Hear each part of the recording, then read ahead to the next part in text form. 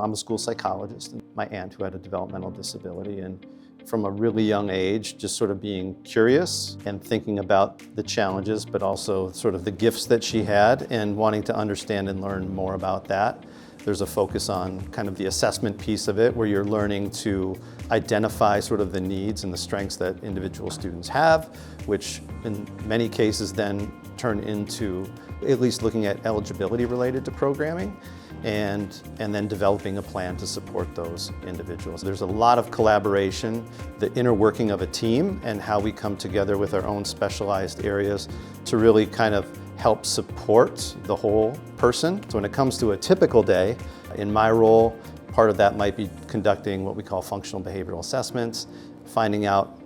investigating sort of the behaviors, why they exist and what we might do to support that, and then coming together to sort of write plans. At our program, we focus on transition, so those adult life skills sort of beyond academics, identify those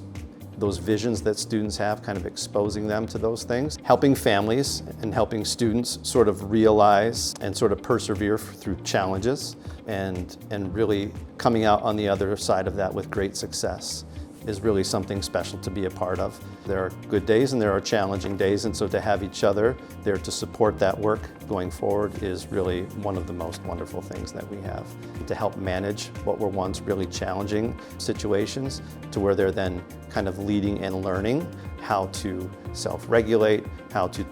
take different actions that help open up their world and give them greater access to the things that they really value. And so being able to see them come to a place that feels maybe very different than their prior experiences and feeling a part of something beyond themselves, being a part of the community is really a powerful thing. Connecting with